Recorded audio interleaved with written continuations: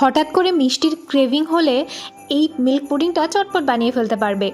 প্রথমে ঠান্ডা দুধ নেবে, সেই দুধটাতে পরিমাণ মতন চিনি আর কর্নফ্লাওয়ার দিয়ে দেবে 3 থেকে 4 চামচ, দিয়ে ভালো করে কর্নফ্লাওয়ারটা মিক্স করে নিতে হবে যাতে কোনো লাম্পস না থাকে।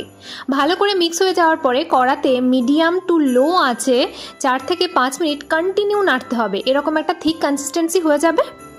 তারপরে কড়াটা বন্ধ করে দিয়ে এই রকম যখন কনসিস্টেন্সি আসবে গ্যাসটা বন্ধ করে দিয়ে একটা টিফিন বক্সে নিয়ে ভালো করে এইভাবে নিয়ে করে নিতে হবে যাতে কোনো বাবলস না থাকে।